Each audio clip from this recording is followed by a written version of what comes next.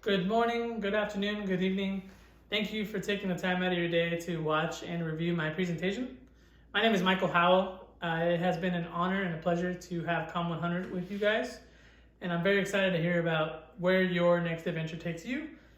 And I'm very thankful for our professor in giving us this opportunity to choose our topics and have some fun with it. My topic today is about military recruiting. And first I would like to start off by saying that there will never ever, fingers crossed, be a military draft. The last time that the American draft was utilized was in Vietnam. And the last day that that draft was used was January 27th, 1973. So some of you may be asking, why do we even have to sign up for the draft? By signing up for the draft, I mean the selective service. And the reason for that is to make it equal for all young men to be called upon to serve in the time that we would need to serve in the event of a war or anything like that. And some of you further may be asking, why don't women serve? And the big reason why that is only because it hasn't become a thing yet, nor does anyone foresee it becoming a thing, women serving in the selective service range. So a question that we will be answering today is why we recruit so heavily for young men and women to serve in our military. Why do we want the best and the brightest, and in some cases, not the best or the brightest, to serve in our country's military? And why is the mainstream media making it sound like there is such a huge problem with our military service members and making sure that we're manned and ready in the event something would happen? The U.S. military has 30% of the government spending annually. Why, you may ask? It's to defend our borders at all times?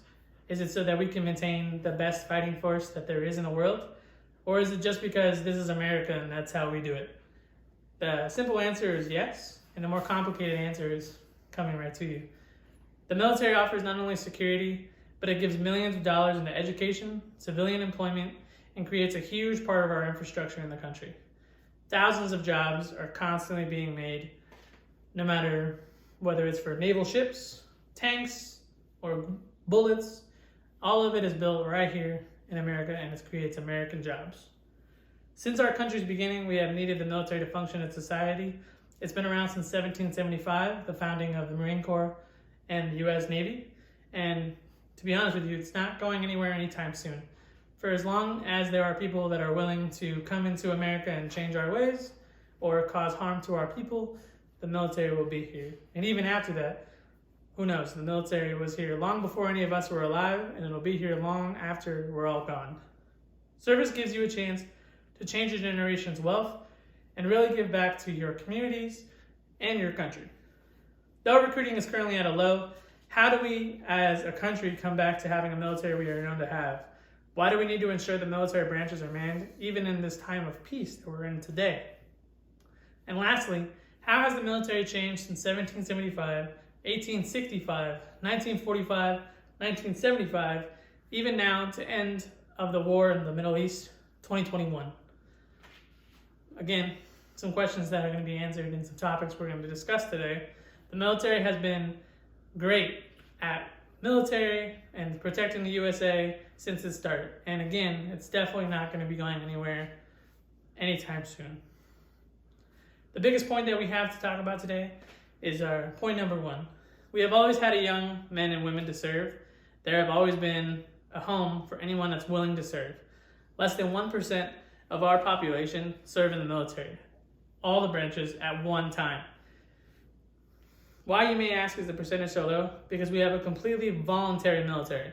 We are one of the most unique countries in that. Not everyone who wants to serve can serve. Be that there are so many disqualifying factors to stop someone from serving, whether that be medically, mentally, or physically.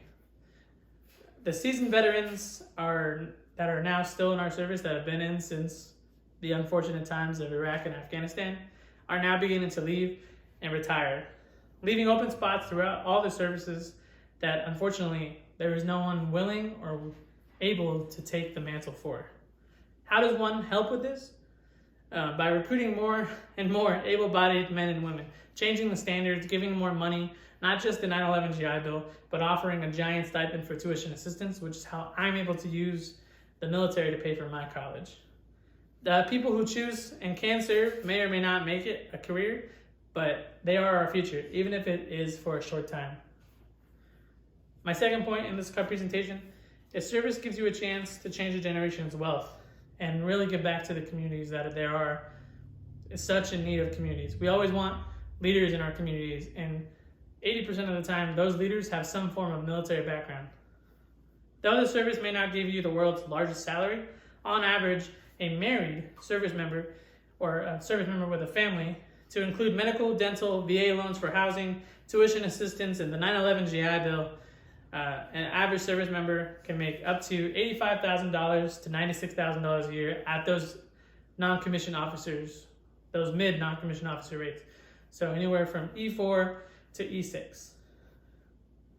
So there's a list of statistics that I intended to show you guys via PowerPoint, but as I don't seem to have the PowerPoint right now, I will say that searching through my links attached, you'll get to utilize and see those, that the basic pay that you look up on Google usually isn't accurate to what an average military service member with 3 to 5 years in actually makes. So please tune into those links after you're done watching this presentation, and I look forward to twisting your mind and maybe seeing how much the military actually pays its service members.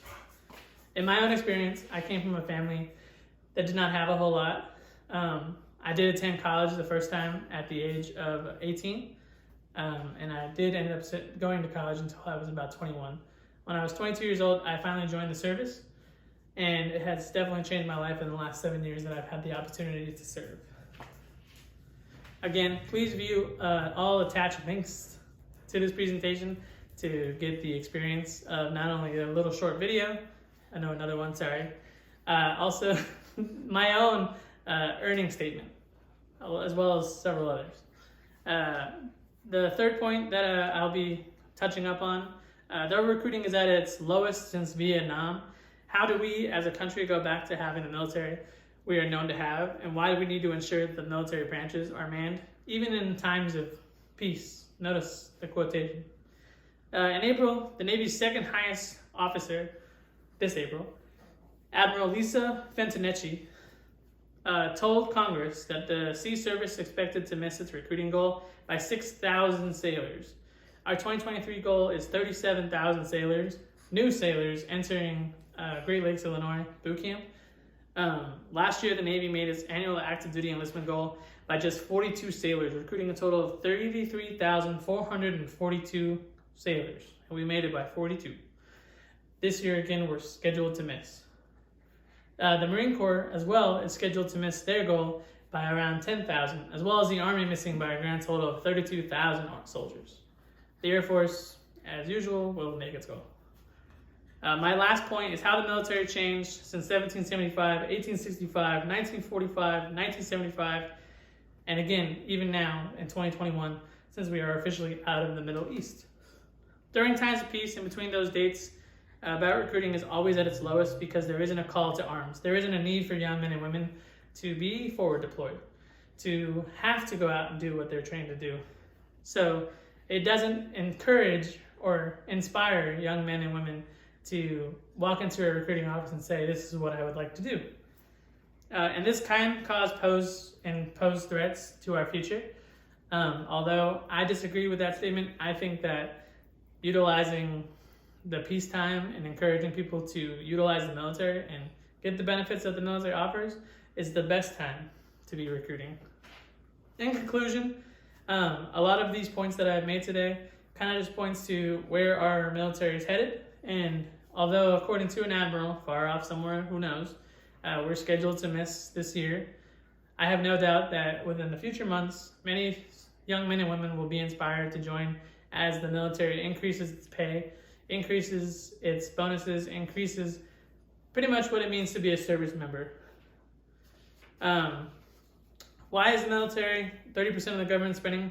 I think we kind of answered that in the sense that we need to make sure that we're always boarded, always ready, and able to keep us the most advanced and unique military in the world.